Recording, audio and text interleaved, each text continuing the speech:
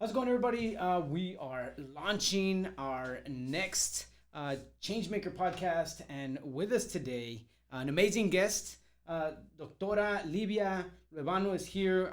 This is going to be an amazing podcast. Thank you so much, Doctora, for being with us today. Before we get started, I do have to read a little bit of a disclaimer. Si no me regañan. Right? So, any of the advice that is given here should not substitute medical advice that you should seek from a medical professional. Dr. Luevano will be sharing with us a lot of her expertise and information, but our disclaimer is that please consult with your physician. Absolutely. Take this information as valuable, but something that is a conversation starter with your own physician. So with that being said, let me briefly introduce our guest. Sir, Dr. Libia Luevano is a licensed naturopathic physician. She is fluently bilingual, English and Spanish. She received her BS in molecular and cellular biology from the University of Arizona.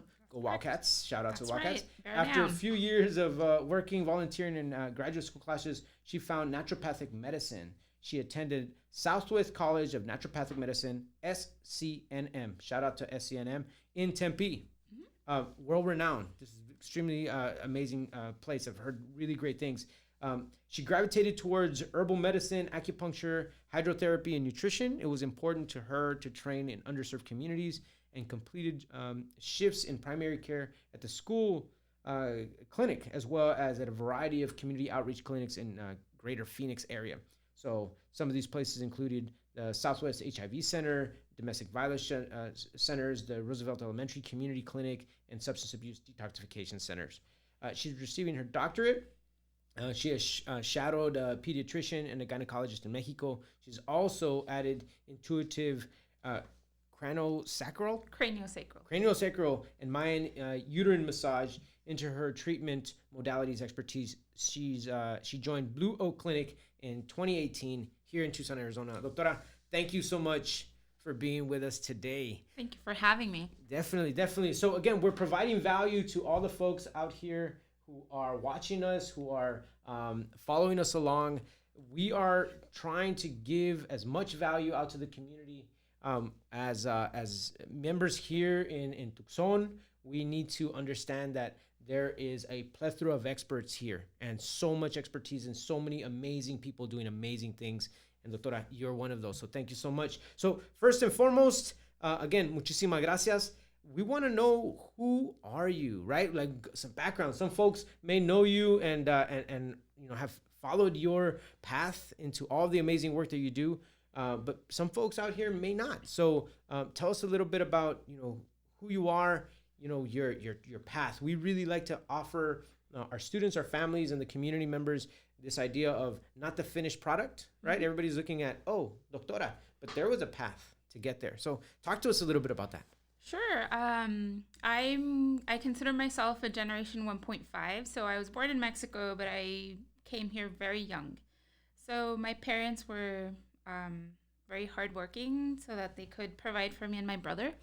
I was also the firstborn. So I think I kind of just ran with it. My parents, because they were so busy, they raised both of us to be really independent and self-sufficient. So I did middle school, high school until I got to U of A. It wasn't a difficult path per se. I didn't really give myself a choice of doing other things. I've always liked school. I've always been nerdy. Reading, I started reading at a very young age, and so that was always one of my favorite things to do. It still is. So I didn't really give myself a choice to not really follow a narrow path. And as being a 1.5 and being a firstborn, I kind of was hyper responsible. So not achieving was not really an option for me. Mm-hmm. So I followed through, went to U of A. I worked for a while because I wasn't sure what I wanted to do. In the back of my head, I always had med school. But when it came time to applying, it wasn't really what I was looking for.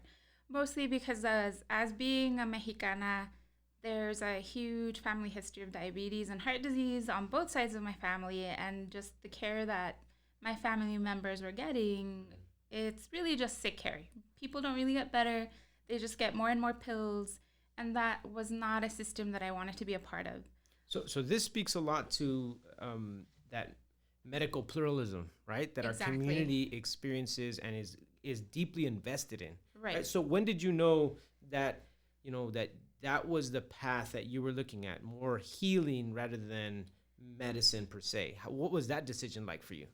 It it wasn't it wasn't a conscious decision. It was more of getting through, like doing as well as I could for my bachelor's, um, and doing well and really liking those upper level classes, but not really finding the integration with my experiences and the importance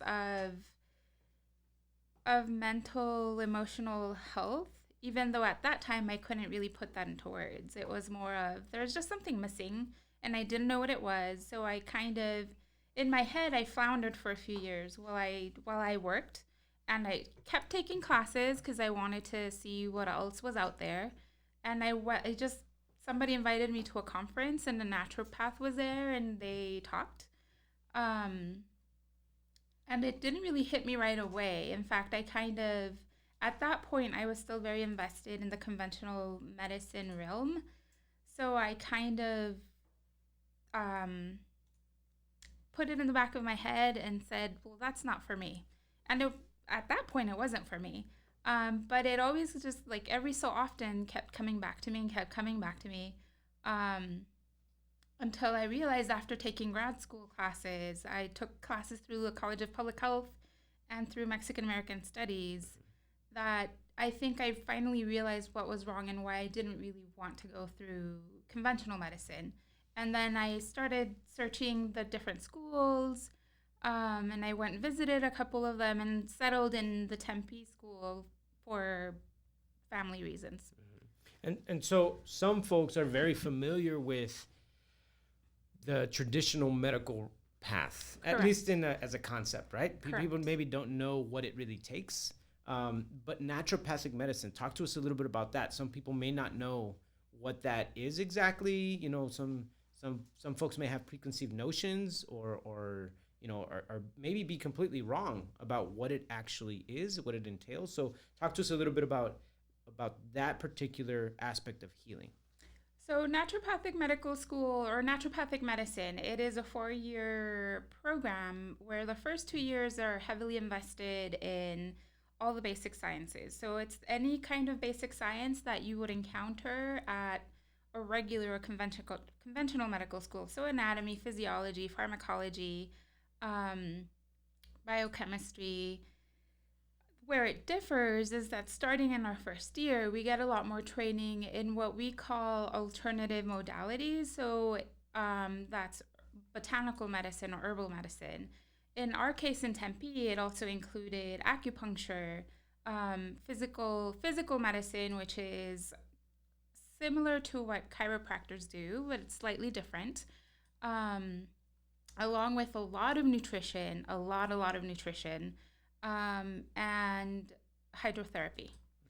And so these are fairly simple in a ways to heal a body, but it's still very complex in that not everybody heals in the same way.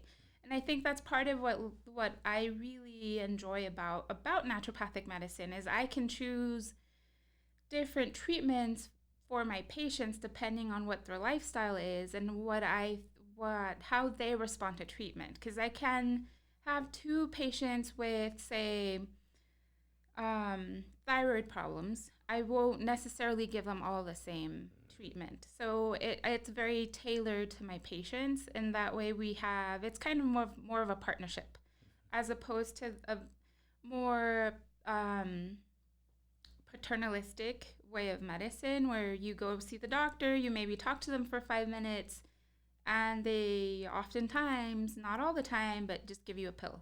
Part of, I think, what helps my patients heal faster is we have our initial visit is an hour and a half, and every visit after that, it's anywhere from 30 minutes to 45 minutes. So we really get into having more of a talk with each other, where even that can be really healing for some people. How does how is this taken by members of our community, right? But sometimes folks who are gravitating to naturopathic medicine maybe aren't from our community, even though there are these naturopathic practices that exist in our community. Right. What are you seeing there? How is that translating when it comes to working with members of our community? Are they open? Do they not accept For the most part, actually, I find that with members of our community, they're definitely open. What I find both through my training and with my patients is because we are so much closer to the earth, like our ancestors are so much closer to us, we respond to herbal medicine a lot more readily than the non people of color that I have as patients. And it's just because there's just a closer connection. There's definitely more of an openness to it. And any time that I see somebody from our community, I tend to give them herbs that we have available to us or around us. And so people respond better to that also. There's definitely more of that plática where my patients will say, well, this is really nice that I can talk to somebody in my language. And you explain things to me. And I think part of being a naturopath is we teach people. So I'm not just going to walk in there and say, well, you have thyroid disease, just take this pill. I'm like, well, we go into, well, this, you have a little bit of a thyroid, it's a little sluggish, this is why you're feeling this, this, and that. Well, this is how we're going to help you. This is what you have to do to complete your healing, because it's not just from anything I can give you as a supplement or as an herb, but you have to put part of your, like, su granito de arena. Otherwise, it's not going to work. So that partnership is super important. So, mi gente, you heard it here. La doctora's talking about it. Listen to your nana, right? That's the right. nana's giving you your té de manzanilla, de hierbabuena, right? Like, listen to your nana. They know what they're talking about. That's right. ¿Verdad? So this is ancestral. This is traditional. This is part of our community. This is kind of one of our gifts, no? One of our community gifts, something that we have, our people, our ancestors have kind of harbored over many, many hundreds, if not thousands of years, right? Exactly. To get to this point. So what's that connection with other physicians? How is that respected? You're bringing this cultural component, ¿verdad? Where it isn't just like, we're going to adopt something from other parts of the world, right? How is there that respect for that cultural knowledge and piece within this particular practice of healing? I'm gonna say I've been very fortunate in that I've met with, well, especially the colleagues that I'm working with right now. They're definitely very supportive of the fact that I integrate my culture into how I converse with my patients. And as part of my training, I followed a lot more of the more vitalistic practitioners. By what I mean by that is it's closer to doing a lot more herbs, doing a lot more hydrotherapy, doing some treatment modalities that might seem simple to begin with, but they can have very deep and long-lasting healing effects. And they were all about recapturing old knowledge. So in a sense, I feel like I've been able to kind of reach back to my own ancestry and say, I'm following a path that you guys set forward. And I feel like I'm reclaiming part of that. So for me, I just feel like I stepped back in that path. But It's been pretty open. Having said that, not everybody's as open. I mean, that's part of being a naturopath is we have such a big scope, especially in the state of Arizona, for treatment that we're pretty free to do what we're comfortable with as long as you're not harming patients and they're getting better. but people have different passions and they have different treatment modalities that they gravitate towards. And so not everybody's as open to being more vitalistic or being more or putting more of your cultural aspect into it. I mean, it's such a how can I say, such a privilege to have you here talking to us and to see these two halves come together. Something that we do here at the school is we really speak to this idea of we should understand our cultural backgrounds. We should incorporate that into our future professional selves. You found a way to do that. Absolutely. That's amazing because some of the more traditional paths have been like that's something private, right? That's something at home. That's something with your family. That's something that you kind of keep to yourself. But you found a way to really incorporate that in a professional sense. So, what message do you have for families or young people out there? Because it's always like, mijo, mija, hay que ser un doctor, un ingeniero, right? And it almost is like saying you have to let go of something to become something. But you found a way to blend that. So, what do you tell those familias, those young people that are out there that don't want to let go of that cultural piece, right, and want to be in that professional space and merge those two? You've been successful to do that. What lessons have you learned and what would you give as recommendations? I guess what I'll say is I had a mentee a couple years back who's now in traditional medical school, and she and I were speaking once, and she was telling me about how she came to med school. And what I said to her then was, you have to be careful to keep this part of yourself that is super important to you, that they don't burn you out of it, which is really easy to do in medical school because there's what is it? I want to drill into that. What do you mean? What do you mean by that? Like what does that look like? Like that is it not? Is it discouraged? Is it discounted? It's a little bit of discouraged, but there's so much that you have to do to get through medical school because there's such it's literally like having a fire hose of information coming at you every day that you have to be tested for, that you're responsible for. So essentially, you're not killing patients. Mm-hmm. That if you're not taking really good care of yourself, you will easily burn out, and that part of the passion that you go into it for, which I find for a lot of people of color, especially the young Chicanos that I've met that are going into that, is reaching back to their communities so that they can help their underserved communities. But that can easily be burned out because of what we call adrenal burnout. There's just so much that you have to deal with that if it's not essential for your survival through med school, you kind of leave it on the wayside. I see. As far as looking for if you're thinking of going into medicine or nursing or one of these more, even a lawyer, like going into one of these more traditional paths, or maybe you're thinking naturopathic school, is have a clear goal of what you want your practice to be like, so that when you have all these people saying things to you of, no, you have to be more traditional, this is what you have to do, you say, you know what, I have this goal in my head that I'm working towards, so that you never forget that little spark of why you started doing what you wanted to do. Powerful. I mean, extremely powerful, extremely important.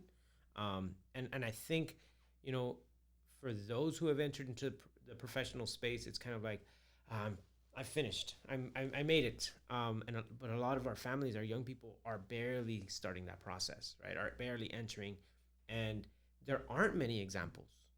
No. Right? There aren't many examples who have been through that process, right? So you talked about a mentee, right? Who mentored you? Who guided you? Usually we talk to folks, again, we look at the finished product. Oh, amazing. They were doing great. But there's always, from everyone that we've talked to, there's this support network, right? There's these people around, both inside that professional space and outside of the professional space, that made it possible. Who is that circle of people for you? I think initially, as I was going through, let's say, bachelor's, it was mostly my family. I can't really say that I had a mentor in the traditional sense, as I was moving through the grad school process or through medical school. Through medical school, there were a couple doctors, physicians that I trained under that um, were good mentors. I think part of part of the difficulty for me moving through that was I'm highly introverted. So for me, reaching out and asking somebody for help was not easy. And also paired with the fact that I was trained to be really self sufficient, it was not something that I really gave myself a chance to do. Um, so I never really had a true mentor in the I'm going to mentor you sense, and not that it ever really happens in quite that way. But which is why when I made that transition, when I made that decision of going to naturopathic medical school instead of conventional medical school, it was a good year of me with self doubt of am I really making the correct choice for me? It felt really good, but I had also never met a naturopath. Um, to be perfectly honest, I didn't really hear about naturopathic medical school until a good 3 to 4 years out after I had finished my bachelor's. And I come from a line of people who are in like nurses, so for it was very much a paradigm shift for me. So it took me a long time to really embrace that. Moving forward to like my first week of naturopathic medical school, and I'm sitting there and I'm listening to our first week, which was a lot more the philosophy behind what naturopathic medicine is. And I was like, this is it. Like, I don't know why I doubted myself so much. This is what I was meant to do. And so that week in particular helped me through the rest of those 4 years, which are still pretty grueling. Um, and I don't know if I answered your question. No, actually. definitely. I mean, that's that idea. Like we're saying, what I'm hearing, just correct me if I'm wrong, is that you had a support system that was both inside and outside of your chosen field, Correct. right? So there was some people, and it wasn't explicit. Right. It wasn't explicit, and I think that's something else that we want to share out to our familias and to the young people, that there isn't a set way. There isn't a set path. There isn't a form to fill out, right? Correct. There is. This is like that self-sufficiency is going to be key to search out those things that you need to be able to make it through this reality, whatever that may be for them. And I think this is extremely important. Again, shout out to all the introverts that are out there, all the young Right. introverts that are out there, right, in the schools and in the familias and comunidad. That sometimes those folks are discounted, right? Are just kind of, well, they don't speak up, they're not in the plays, they're not at the forefront, they're not this or that, and it's like this idea that there isn't a script, there isn't a set way, there's a million ways to win, and you got to find your way to make that happen. So that's super important for folks in the community to understand, for our young people, our familias. For you talked a lot about giving back and reaching back into the community. Talk to us about that. What does that look like for you? Why is it important? What has it looked like since you have been practicing, to be able to give back? What, as a professional, what does that, how is that taking shape?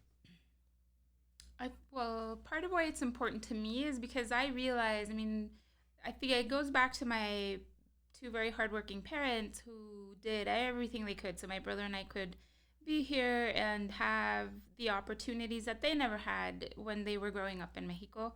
Um, And I realized that it isn't just them. There's this whole community. We live near the Boys and Girls Club. Like, there's this whole community of people trying to help each other out. And I'm still highly introverted, and I'm not necessarily one that's out there and in the community and doing stuff right now. But I know that as I prepared myself to go into med school, and this was just conventional medical school, I definitely looked for ways to give back. And so I volunteered at SAFE. Here locally, I volunteered at a hospice. And then once I hit medical school, then it was really important for me to learn in those communities because I wanted to know, first of all, what are the health challenges in those communities, so that I would be able to better serve them in a culturally competent way, which I definitely see as lacking in a lot of places.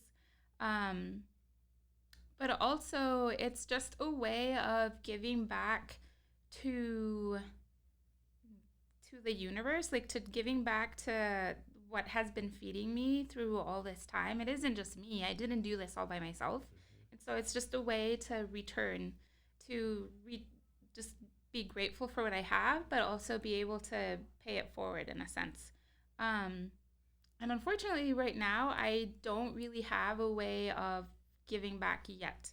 It is something that I'm looking into, but I haven't found something. I just haven't found something. But Yeah. my goal is to be able to help people in underserved communities. And I know there are a couple of community health clinics here that I could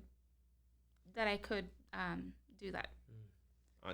Amazing. I know that recently there was an event at Galeria Mitotera, Yes. right? So Yes. I know that you were involved there, and getting shout outs to Mel Dominguez and the folks at Galeria Mitotera. But I know that there was like events like that where we've seen your presence, and I mean, just that you are in the community, that you are again off open and willing and offering that connection is amazing. Is super amazing, and again, to the familias, to the young people, I think that it's driving home this point that it is that reciprocity. Like you're saying, we didn't make it, like we didn't get here by ourselves. We have to turn on, because a lot of times the dominant narrative is like, I made it, I nos vemos, right? That Right. kind of that type of approach. But I think more and more as we speak to professionals out in the community from our community, there is this drive home point of like, no, we have to give back.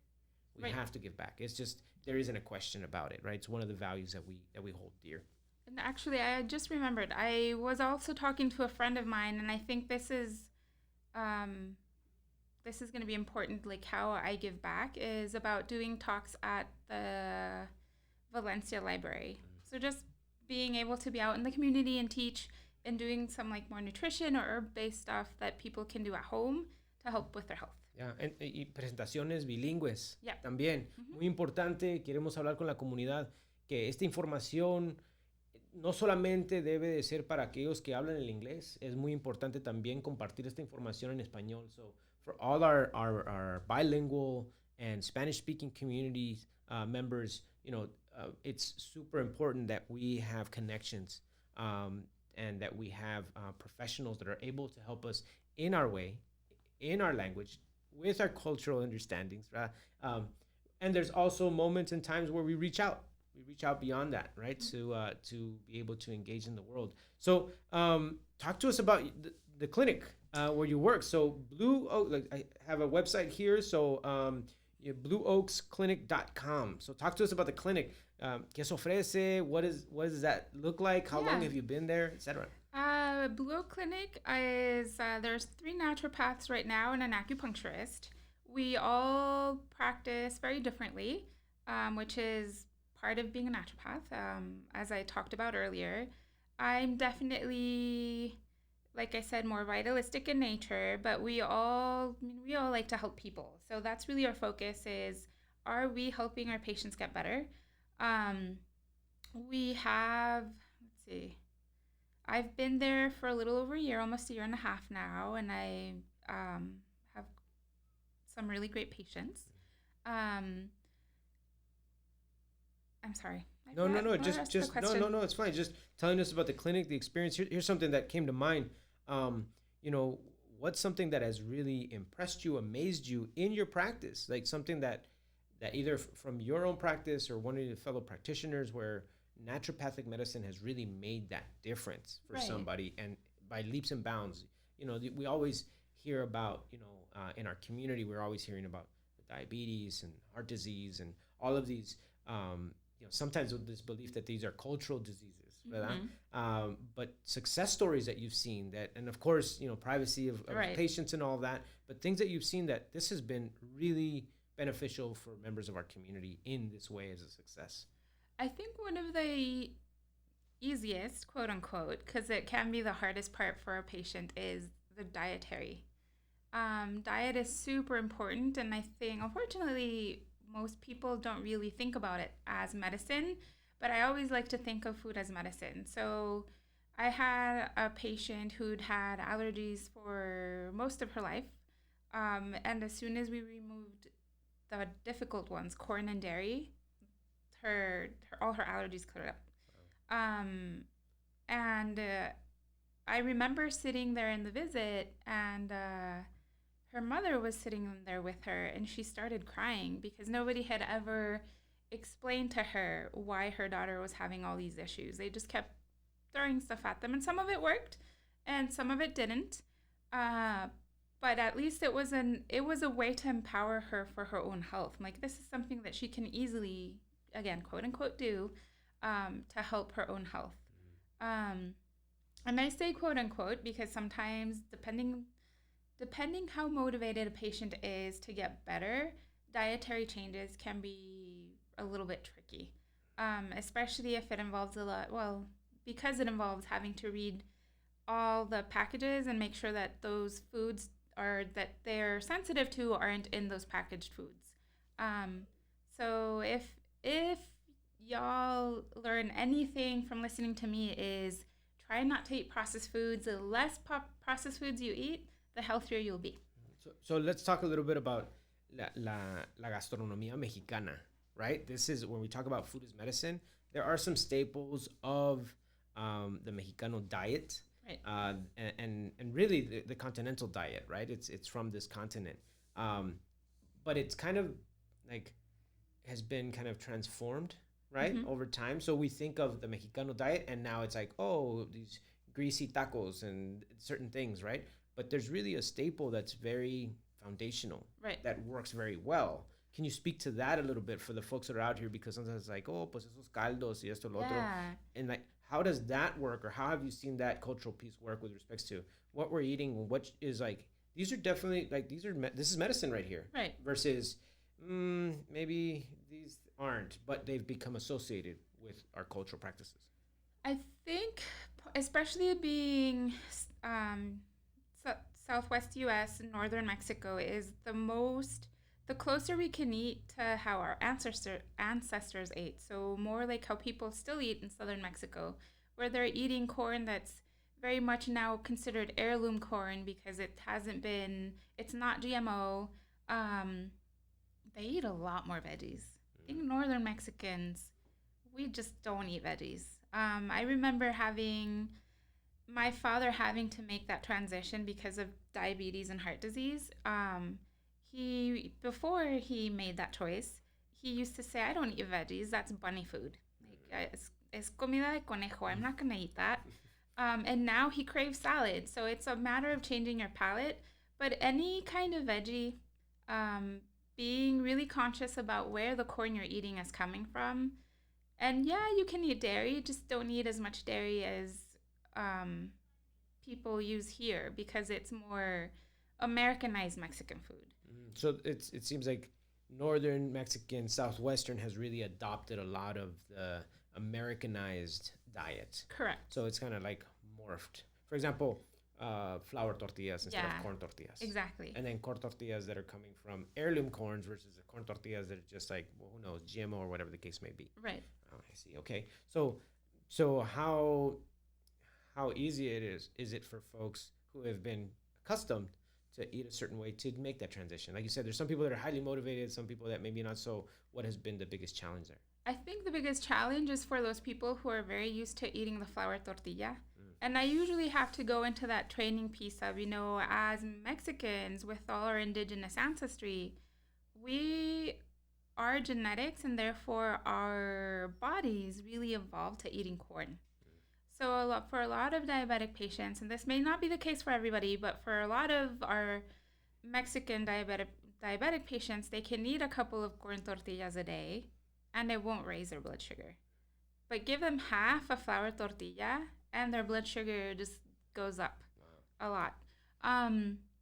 What I find is giving them options in terms of, instead of just expecting my patients to eat a kale salad, which most Mexicans are not going to do, is find ways to incorporate veggies into a caldo, like you mentioned earlier. Or like maybe eating more calabacitas, but just make sure you don't add as much cheese.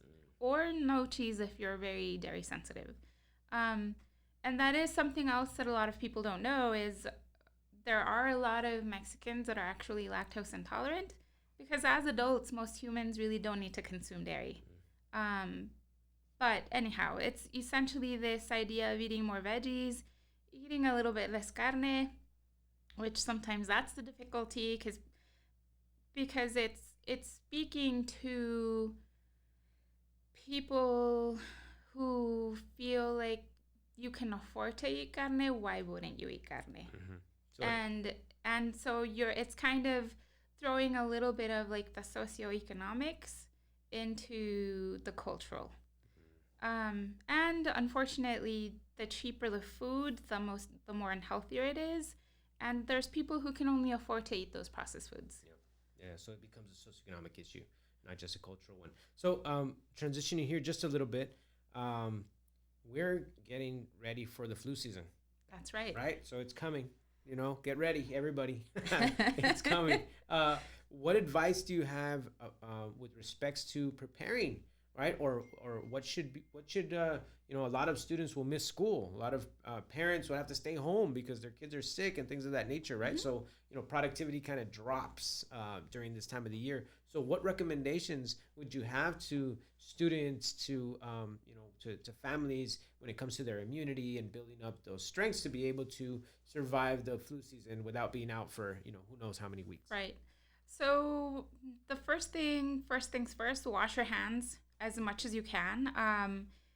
Really, the problem with the flu or cold isn't that you're inhaling the droplets. It's that you are shaking somebody's hand who maybe is just getting the cold. They don't know it.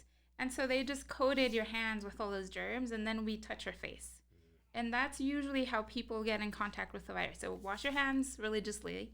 You don't necessarily need to use those like alcohol-based ones. Really, just washing your hands really well does the trick. Make sure you're drinking enough water. Make sure you're sleeping enough. If you feel like you're not feeling really well, make sure take some vitamin C, more vitamin C than you had been before. Make sure that your vitamin D levels are where they need to be, because vitamin D is super important, not just for mood and energy, but also for your immune system. And maybe take a little bit if you know that you might be low. Again, eating lots of veggies is always good. There's just lots of nutrients and vitamins in there. And eating lightly, especially if you're already starting to not feel well. So that means like maybe eat soups or eat lightly sauteed veggies, or like eating chicken or bone broth right now is a big thing, is eating bone broth instead of, having like a sandwich. Like, you might be throwing a lot of veggies in there, but you're also requiring a lot of work from your body. So it sounds to me, and here, otra vez, mi gente, listen to your nana, right? She's like, mijo, mija, go wash your hands, lávense las manos, right? Everything that you just said, it just brought all these flashbacks, right? Yeah. And I was like, nope, this is how no vas a comer, vete a lavarte las manos, like all of that. So it sounds like those cultural practices that we've had is just sticking true to them. Right? Absolutely. And then any tea that will make you sweat, because the higher your temperature goes, the more bugs your body's killing. So like cinnamon tea or ginger tea, or trying to think of what the nanas used. But the herbs that your nanas recommend, or like if say you have a nana and she has some chuchupate, you can always just suck on the chuchupate. It doesn't taste good, but it does your body good. It's kind of like the medicines maybe are a little bit rough, right? Yeah. That's the big thing. A lot of so maybe we can speak about this a little bit. A lot of the remedies, it's a lot of bitters. It's right? A lot of the tastes are bitters, and we're so used to the processed foods and the Americanized diet that we're craving the sweet. But really, the bitters is where it's at. And the reason that the bitters is where it's at is it forces your body to remove all those things. So it improves your digestion so that you can poop everything out. It clears out your kidneys, so you're peeing out all those toxins that you've been accumulating from all those foods you've been eating, so that you're essentially removing all the waste so that your body can take care of whatever bug's making you sick.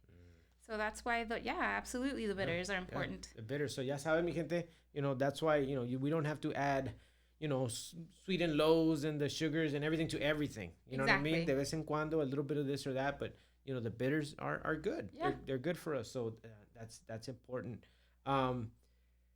So to close out, doctora, like what is the one thing? There's all of these, and of course, there's many things out in the community that we should focus in on. But what's the thing that you're seeing right now?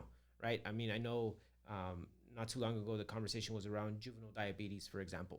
Right? That this was new and something that we hadn't seen before. Is there something here on the horizon that is presenting itself, or is it the same old things?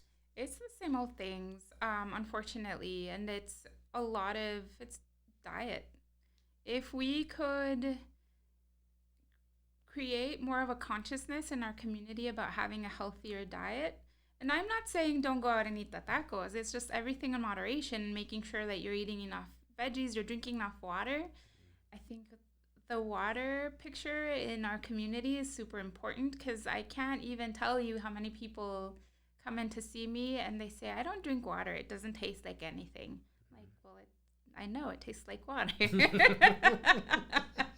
And all they drink is juice or soda or something like that, which, of course, because of the diabetes, does not really, it doesn't make it any easier to talk about diet. So, because you mentioned this a few times, you're talking about water. You talked about hydrotherapy. Yes. Is this what you're talking about with respects to? So no, and actually, hydrotherapy would be a great way to also help boost your immune system. So hydrotherapy can be anything as easy as ending your shower with a burst of cold water. Or like say you have a swollen foot because you twisted your ankle. You can put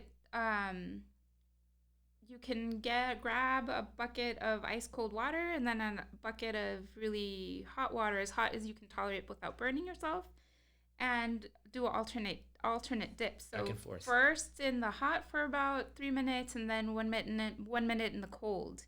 Always ending with cold, and then that helps drive down that swelling and the pain. Okay. And then but it's a combination of the two. Yes. Because some people are just like, just ice it. You know, you have a lot of athletes, so the athletes that are out here, right. And you have like basketball season, football season, baseball, etc. They sprain something, they hurt something, and it's like, ice it. The coaches always are, the trainer, ice it. Yeah. And what you're saying is like, you need it's to the combination. You need to do both. Yeah. You need to do both, more hot than cold, but always ending with cold. Yes. Wow. So ya saben, don't be just putting ice on it and then forget about it. No, it's not set it and forget it. You have to do the work. You do have to do the work. Awesome. So I was wondering because you had mentioned a couple of times. So aparte from staying hydrated, yes, right? This is particular therapy. So talk to us about the burst of cold water. I know a lot of people out here they're like, no, please no, I me muero, right? Like, so what does that do? So essentially, having that difference in temperature. So as with the hot water, you're opening up all your pores. Your blood vessels are enlarging. And then you get that burst of cold water and everything constricts. So it acts as a pump so that everything that needs to move in and out is moving in and out. So what that means is you're moving out all the waste, but you're also bringing in more of the cells and the nutrients that help to rebuild. Wow. So, ya saben, I know they tell us like, hey, go take a cold shower. That's for something else, other story. Pero de veras, right? I mean, please, again, consult with your physicians, consult with your medical advisors. But again, we have an expert here who is sharing with us again that combination of what our cultural practices are and how our health can be improved by again returning to some of those ancestral ways that have kind of been abandoned to an extent. And the hydrotherapy also, I mean, the steam rooms and the infrared saunas and all that stuff is also part of the hydrotherapy picture. And really, it's kind of what people did in Temazcales. So it's definitely in our culture. It's just named something different. Yeah. So again, Temazcal is the folks who are out, anchoring those ancestral ceremonial practices. There are some amazing people here in town who continue to, hold that fire, so to speak, right? And hold those practices for our community. So again, it's just returning to some of these things that have always been there, continue to be there, but we have to search them out. Exactly. Right? We have to be there. Pues muchísimas gracias, doctora. Thank you so much for being with us today, for engaging in this conversation. Thank you so much. Again, the website for the Clínica, www.blueoakclinic.com. Please, if you are looking for a naturopathic physician, Aquí está la doctora a sus órdenes. For everyone out there, again, catch the replay of our podcast on our Facebook channel, YouTube channel, and of course, our podcast now on iTunes, Spotify, and the Google podcast, and many, many, many, many more places. Muchísimas gracias, doctora. Thank you for making the time. We so appreciate you. And aquí está tu casa. Gracias. Whenever, however. Muchísimas gracias. Thank you so much. Thank you. All right, everybody. Thank you so much. Se cuidan. Nos vemos pronto. Bye-bye.